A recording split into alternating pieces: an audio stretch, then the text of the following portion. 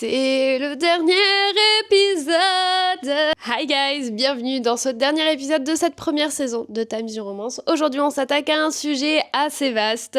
Les book boyfriends sont-ils le reflet du fantasme de l'homme idéal ? Un sujet autant féminisme que social. On va essayer de décrypter ça ensemble. Prenez-vous à boire ou à manger et sur ce, c'est parti. Il y a quelques mois, j'ai posté un TikTok disant que les femmes qui préfèrent lire et côtoyer des hommes à travers des fictions plutôt que dans la réalité ne sont pas misandres.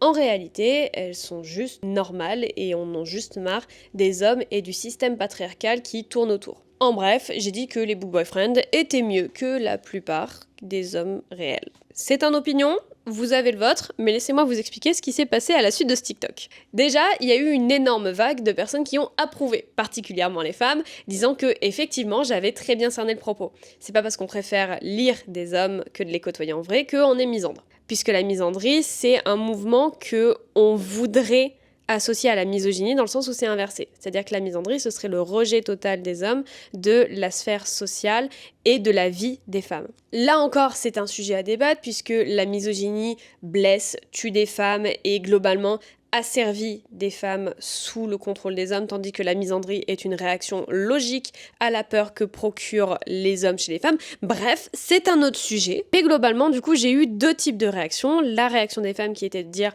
oui, tu as raison, je ne suis pas misandre, c'est simplement que je préfère les hommes dans les livres, puisque effectivement, ils correspondent plus à ce que j'attends d'un homme. Et d'un autre côté, j'ai bien sûr eu les mascus qui sont venus me dire que c'était pareil pour les femmes. Elles sont plus sympas dans les livres, elles sont plus sympas dans les films quand elles ferment leur gueule. Ce type de réaction, et j'ai également eu la réaction de « t'es misandre », je me suis fait insulter de tous les noms par les mascus, mais ça je m'y attendais, donc c'est pas très très grave. Et c'est en naviguant à travers les commentaires que j'ai notamment pu lire le fait que les hommes dans les livres sont logiquement plus adaptés à ce que les femmes attendent d'eux, puisque ce sont des femmes qui les écrivent. C'est comme si un homme écrivait une femme et qu'il disait que cette femme est plus agréable qu'une femme qu'il aurait pu rencontrer dans sa vraie vie. Là-dessus, je mets un petit point de résistance. Puisque les femmes écrites par des hommes sont très souvent des femmes qui sont dominées, qui sont asservies, qui n'ont pas de propre pensée. C'est rare que l'on trouve des femmes réellement badass et non pas dans la vision misogyne de ce qu'une femme doit être. Donc c'est-à-dire en correspondant aux standards de beauté, aux attentes patriarcales, qu'elles soient en rapport avec la famille ou le rôle de la femme au sein de cette même famille. Tandis que les book boyfriends, donc les hommes écrits par des femmes, se révèlent être beaucoup plus intéressants pour la gente féminine, non pas par le fait qu'ils ont beaucoup d'argent, non pas par le fait qu'ils sont bourrés de muscles. Je sais pas vous, mais je connais personnellement des personnages masculins qui ont des traits plutôt efféminés, voire même qui ne correspondent pas du tout aux standards que l'on a aujourd'hui pour un homme, c'est-à-dire musclé, mâchoire carrée, etc. Il y a beaucoup de personnages qui sont décrits littéralement à l'inverse de ça et qui pourtant sont beaucoup plus attirants que les hommes qui rentrent dans les critères de beauté. Bref, j'espère que vous arrivez à me suivre. Et tout ça pour dire que les book boyfriends, ils se distinguent non pas par leur physique et leur appartenance au système patriarcal actuel, mais bien par leur intelligence émotionnelle. Et c'est de ça que l'on va parler. Mais avant de commencer mon blabla que j'ai déjà bien entamé, qu'est-ce qu'un book boyfriend ? Dans The Washington Post, on lit « Ces personnages incarnent des traits comme la gentillesse, l'attention, l'intelligence émotionnelle, des qualités souvent absentes dans les vraies relations. Ces book boyfriends sont moins des standards inatteignables que des guides aspirant aux meilleures manières d'être traités. » The Washington Post, du coup, répond déjà à la question qu'on s'est posée au départ. Est-ce que les book boyfriends sont un fantasme inatteignable de la part des femmes pour les hommes? Non. C'est simplement plutôt la manière dont elles aimeraient être traitées par les hommes. En gros, les lecteurs et les lectrices savent que les book boyfriends ne sont que des personnages fictifs, pour autant, ils se retrouvent plus comblés par les réactions de ces derniers que les réactions que l'on va observer dans la vraie vie. Puisque les réactions qu'on observe dans la vraie vie, ce sont des personnes qui sont dans le système patriarcal, tandis qu'une femme qui écrit un homme va tenter au maximum de se détacher de ce système, de ses injonctions, de ses normes, pour se rapprocher plutôt de ses désirs à elle. Mais alors pourquoi est-ce qu'on préfère les book boyfriends ? La première raison, c'est plus d'émotion, moins de superficialité. Ces personnages, ils écoutent, ils se souviennent des détails, ils traitent avec douceur les personnages qui sont en face d'eux. Contrairement au comportement réel que l'on va pouvoir observer la plupart du temps, on va considérer ces personnages comme meilleurs que les personnes que l'on rencontre dans notre vraie vie. On s'en fiche qu'ils soient milliardaires, ce qui compte, c'est qu'ils se souviennent qu'elles n'aiment pas les pickles. On peut lire ça dans le Washington Post. Donc en gros, ce truc que les masculins aimeraient nous dire que dans nos livres, tous les mecs de toute manière, ils sont blindés aux as, les femmes sont des michetots, c'est faux. Voilà.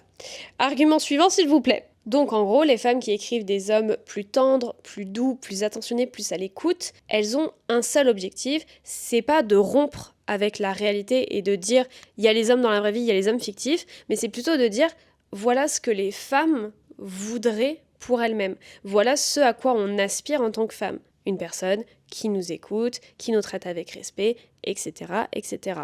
En bref, on aimerait que les hommes se comportent comme les femmes. Ouch. La deuxième raison qui nous fait aimer un petit peu plus ces personnages que les hommes que l'on rencontre dans la vraie vie, ce sont des héros qui apprennent et qui évoluent. Il y a une remise en question de la part de ces personnages. Dans la plupart des romances que vous voyez derrière moi, il y a ce qu'on appelle le third breakup act. Le troisième acte avec la rupture, donc en bon français, c'est en gros ce moment à 70 pages ou à 50 pages de la fin où les personnages rompent. C'est con. En général, c'est souvent dû à une erreur de l'un ou de l'autre qui a été motivée par les peurs, les angoisses de l'un ou de l'autre, encore une fois. Mais c'est cette erreur qui va amener à une remise en question complète chez la personne qui l'a faite. Parfois, ce sont les femmes qui font la connerie, parfois, ce sont les hommes. Mais le tout, c'est que ce soit la femme ou l'homme, il y a une remise en question, il y a un réel besoin de s'excuser, il y a un réel besoin de rédemption chez la personne. Comme l'explique Marcella Di Blasi dans ce même article de The Washington Post, ces personnages réussissent à évoluer, à apprendre de leurs erreurs, alors que beaucoup d'hommes réels restent rigides émotionnellement. Ce contraste est important car il offre des modèles de respect, de croissance et de relations qui sont éthiques. En bref, on ne demande pas aux hommes d'être friqués, on leur demande juste d'avoir une intelligence émotionnelle et de se remettre en question lorsqu'ils font des conneries. Mais pour se remettre en question lorsqu'on fait des conneries, faut-il encore savoir que l'on fait une connerie. Mais alors, pourquoi est-ce qu'on ne trouve pas ce genre de personnes plus dans la réalité ? Depuis le départ, je vous dis qu'il y a un contraste entre le fictif et le réel. Bien sûr, il existe des hommes qui sont complètement déconstruits et qui arrivent à se sortir de ce système patriarcal. Mais ce n'est pas la norme. La norme veut que l'homme ne doit pas pleurer, la norme veut que l'homme doit se montrer fort, doit être celui qui répond aux besoins de la famille, etc., etc.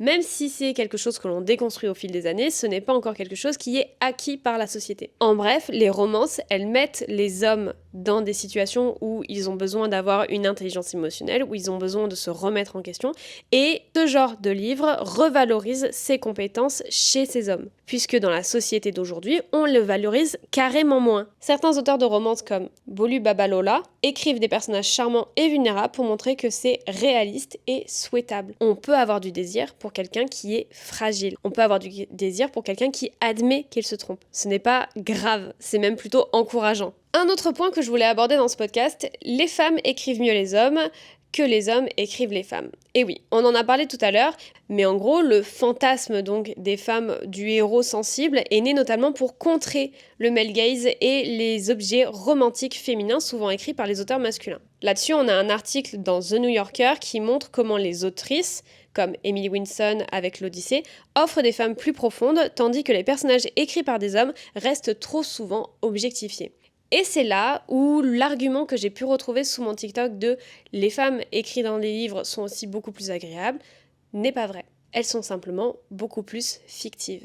Là où une femme qui écrit un homme va chercher à s'approcher de la réalité pour tenter un petit peu de coller avec le réel, l'homme, lorsqu'il écrit une femme, cherche simplement à remplir son désir à lui que d'avoir une femme soumise et dominée. Et c'est aussi pour ça que les femmes ont décidé d'écrire des hommes qui soient plus sensibles, plus fragiles, plus vulnérables pour contrer le male gaze que l'on retrouve dans le sens inverse. Là où beaucoup d'hommes objectifient les femmes à travers les films, à travers la culture, à travers les écrits, les femmes tentent de changer les normes sociétales à travers leur création. Et on retrouvera aussi cet argument chez les masculins qui diront que globalement, une femme qui lit de la romance, elle aura des attentes absolument inatteignables, mais en plus, elle sera chiante, entre guillemets, à alpaguer, puisque elle sera bien avec ses livres. Et effectivement, en fait, il faut savoir que quand on lit une romance, il y a un phénomène un petit peu neurologique, puisque notre cerveau ne dissocie pas complètement la fiction de la réalité. Notamment d'après une source que j'ai pu trouver dans Neurolaunch, Pour ceux qui ont du mal à se connecter, ces histoires permettent de plonger dans l'amour, la confiance à faible risque. Certaines lectrices témoignent d'une meilleure satisfaction relationnelle et de confiance sexuelle. En bref, comme on l'a vu dans l'épisode où on parlait du fait que la romance n'est pas une sous-littérature puisqu'elle a des enjeux sociaux et économiques, là encore, on prouve par A plus B que les femmes, en lisant de la romance, peuvent remplir, entre guillemets, un certain besoin d'attention et d'affection qu'elles ne rempliront pas avec certaines personnes qu'elles rencontreront dans leur vraie vie. Puisque, on le rappelle, je ne dis pas que tous les hommes sont mauvais, je ne dis pas que tous les hommes sont des chiens, non, il existe des personnes bien sur cette terre, Dieu merci, mais le système patriarcal dans lequel on est plongé aujourd'hui pousse les hommes à avoir des comportements qui ne sont pas alignés avec ce que désirent les femmes, et c'est ces comportements-là que dénoncent les femmes dans leurs livres, tout en mettant en parallèle des personnages qui ont des comportements plus souhaitables pour elles, afin de démontrer également que ce n'est pas seulement dans leur imaginaire à elles que beaucoup de femmes désirent ce genre de choses. Sinon, pourquoi est-ce que la romance serait aussi populaire ? Maintenant, je vais quand même nuancer un peu le propos, puisque bon, on s'entend, trop de fantasmes, ça peut bien sûr amener à des attentes irréalistes, comme l'avertit la docteure Catherine Hertlane sur Very Well Mind. Les romances idéalisées ne reflètent pas la réalité, qui demande communication et effort.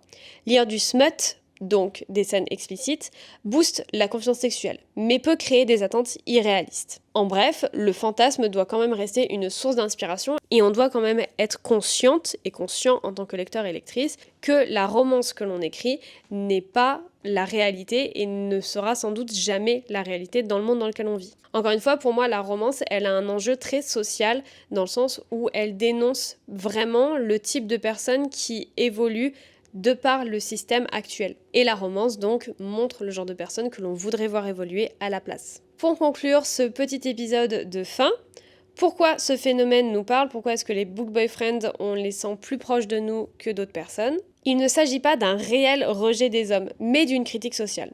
Les hommes réels sont souvent formés dans un système qui n'encourage pas l'intelligence émotionnelle, là où les personnages fictifs, du coup, peuvent être un petit peu plus modelés aux attentes réalistes des lectrices. Peut-être que si plus d'hommes lisaient des livres écrits par des femmes, ils seraient plus attentifs, ils seraient plus à même de comprendre les désirs des femmes. Enfin, je vous laisserai avec cette citation finale. Les book boyfriends montrent non pas un idéal inatteignable, mais un modèle de façon dont on aimerait être traité, avec écoute, considération et humanité. Voilà pour cet épisode. Donc, à la question est-ce que les book boyfriends sont un fantasme inatteignable de la part des femmes, j'aimerais vous dire non. Ce n'est pas complètement inatteignable et surtout, les book boyfriends présentent des défauts. Chose que l'on retrouvera beaucoup moins chez les femmes écrites par des hommes. Bref, on en a parlé, c'est complètement différent. J'espère que cet épisode vous aura plu. Si vous avez un avis sur ce sujet-là, n'hésitez pas à le partager en commentaire. Encore une fois, comme d'habitude, j'ai dû beaucoup vulgariser tout ce que j'ai pu trouver puisqu'il y a énormément d'informations à ce sujet-là, que ce soit au niveau des études sociologiques ou même des études littéraires. C'est franchement toujours une belle galère de vous faire des épisodes assez courts pour pas vous prendre trop de temps dans votre journée. Mais ça m'a fait extrêmement plaisir de partager ces quelques minutes avec vous chaque semaine lors de cette saison. Si ce podcast vous a plu, si vous avez aimé un petit peu la manière dont j'abordais ces thématiques autour du monde littéraire, n'hésitez pas à me le faire savoir et peut-être que je reviendrai avec une deuxième saison.